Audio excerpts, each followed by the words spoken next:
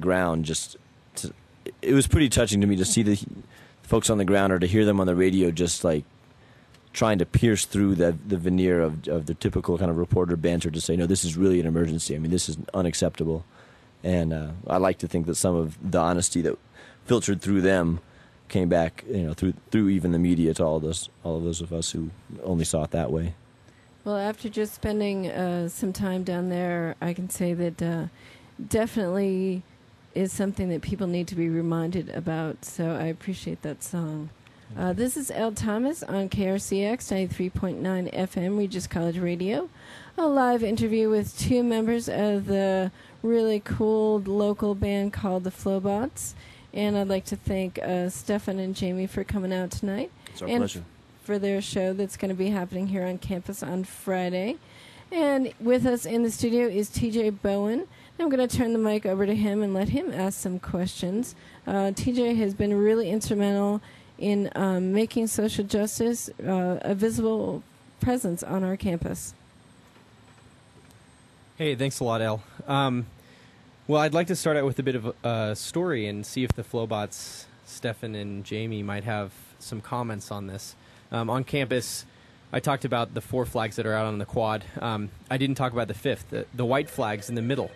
The white flags in the middle are about peacemakers, and many of you know you wrote down your favorite peacemaker, Gandhi, MLK, but at some point during yesterday, a couple of people said that they couldn't think of any peacemaker to write on a flag, and it wasn't like they were just joking. They really couldn't think of any peacemaker that came to mind, and it struck me as something that was a deep problem, because if people can't think of peace heroes, their favorite peacemaker, what does that mean for hope and our hope in the world? And I was wondering if, from your perspective, you could comment on that from the Veterans of Hope Project and possibly Peace Jam. Maybe Jonny first. I think I have 2 answers to that. The first answer is that I think it is really important that that we support the efforts of people like the Veterans of Hope Project and Peace Jam, people who take peacemakers, be they Nobel laureates or veterans of the Southern Freedom Movement, the Chicano Freedom Movement, American Indian Freedom Movement, people and organizations that take some of these these lesser known icons or icons that have yet to become icons and really do make them into these figures that can be celebrated the same way our kind of celebrity-based culture celebrates celebrities. So I think that effort in and of itself is one we do have to support and continue. That people like Rigoberta Menchú Tum, the Dalai Lama, Archbishop Desmond Tutu, Ann Braden, Jim Lawson, all these folks, those are names that we all need to know, and the young people need to know. And so it's great to see that is happening. The second thing, though, I mean, if you look at someone like Bob Moses, I know that he was always adamant that he did not want to become a hero. Or someone like Vincent Harding, who runs or helped to found the Veterans of Hope Project. He's not someone looking to be a hero. And it's this really ironic situation where the people that in my mind, are most deserving of that status are also the most likely to be so humble about it that they are not known. So I think at the same time as we advocate making sure that the faces that children have in their subconscious as the most important people in our society, yes, I want to push for those people to be the peacemakers, but you always have to keep in mind that peacemaking is done not through heroic individuals, but through the grassroots efforts of multiple talented people working together. So I think you just have to be doing both in tandem. But yeah, absolutely, I think it's a problem, but I don't think it's a surprise. All right, thank you. Thanks very much, Jamie. I guess to extend this question to Stefan, Stefan's someone who's impacted my life through his deep faith in various peacemakers that he's known, and just in his own life, how much he's exhibited some just amazing depth to his work. And I'm going to put him on the spot a bit. He's been influenced a lot by a man named Vincent Harding, and he's Stefan's an inspiration for me. And the thing that's amazing to me about Stefan is his humility.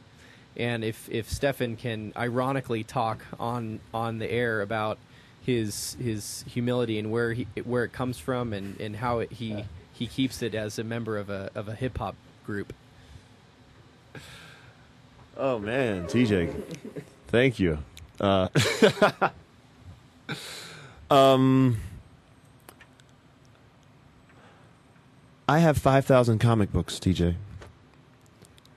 That's why I grew up reading comic books. They're the things I went to on rainy days. They had all these great myths about people like Peter Parker, who was like kind of a loser in his normal day, but like this magnificent hero at night. And he's able to do all these things, but at the same time, all these folks with their superhuman powers were superhuman. You know, like more human. Every single hero that I've really had has exhibited nothing but that, but like this extended sense of humanity. And these are the people I venerate. So like when I wake up in the morning and look at myself, how could I have anything other than like the idea that like, yes, I'm a 28-year-old comic book nerd. I think that kind of stuff keeps you humble, just knowing, being really aware of like who you are. Like you are but like one person. Like I don't think I could ever. Man, you really put me on the spot. Like how can I talk about my humility? You can thank me later. Yeah. All right. It's like, well, let's just put it this way. We like to say that the Flobots we're the best and most humble band in the world. The most humble band in the world. That's right. The Flobots are the most and the best and the very best. All right. In extension to that, Stefan, you talked a lot about staying humble and knowing who you are and knowing yourself, and you talked about that a bit earlier. But in a way, you related to this concept that Professor Plumley and I always talk about with peace and nonviolence, how we're all interconnected. And if you and Jamie can talk about how that relates to you and the Flobots and interconnectedness, I'd appreciate it.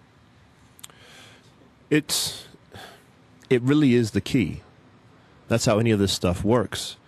Jamie was talking earlier about like how peacemaking isn't just heroes.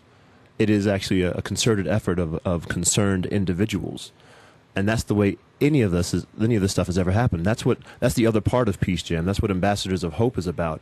It's about like look at these people, not to just venerate them, but to realize that you are their perfect reflection. Like there's nothing that they did that you cannot necessarily do yourselves, and that peacemaking, living compassionately, is not always necessarily like standing in front of a tank or tying yourself to like the front of Lockheed and Martin.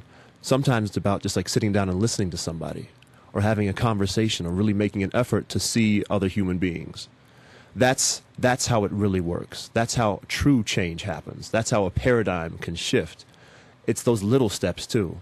And as much as we can encourage our youth, as much as we can encourage our seniors, as much as we can encourage ourselves that we have agency in the way that this world works, then anything can happen. Beautiful things can happen. And it's only by that interconnectedness, like knowing that we have people who are raging against like the darkness together. And then that's where my hope comes from. Wow, that I love standing here with you guys. I just have to say that with interconnectedness, I heard a lot of comments this week about hopelessness, really. People saying, well, what does this, like a letter to my senator, do? What does planting a flag in this lawn mean? What does it really do? This is hopeless. And I personally think that at times, but I convince myself that we are interconnected and we are moving forward. What does that mean to you guys? One little soapbox I like to get on whenever I can is to look at this word "we," and a lot of times you'll hear people say, "Well, we have to do something about what's happening in Iran. We can't just sit here, or we have to do something about Darfur." And the question to me really is, who is this "we"? Because when you say that, do you mean you? Like I personally, are you going to feel like nothing is being done unless you physically go and do it, or have you just bought into the concept that if your government, if the United States is doing something, then we are doing something? Because I think if you can do that with the United States, you can do that with any other concept of "we." And so what I think is missing is an extended concept of who is the "we" that we're talking about. When I talk about "we," I'm talking about the peacemakers in the world. And I know that there already are people in Iran who are peacemakers, but I just don't know enough about them. So if I want to feel like we're doing something in Iran, maybe my first step is really finding out what is happening in Iran. Fellowship of Reconciliation.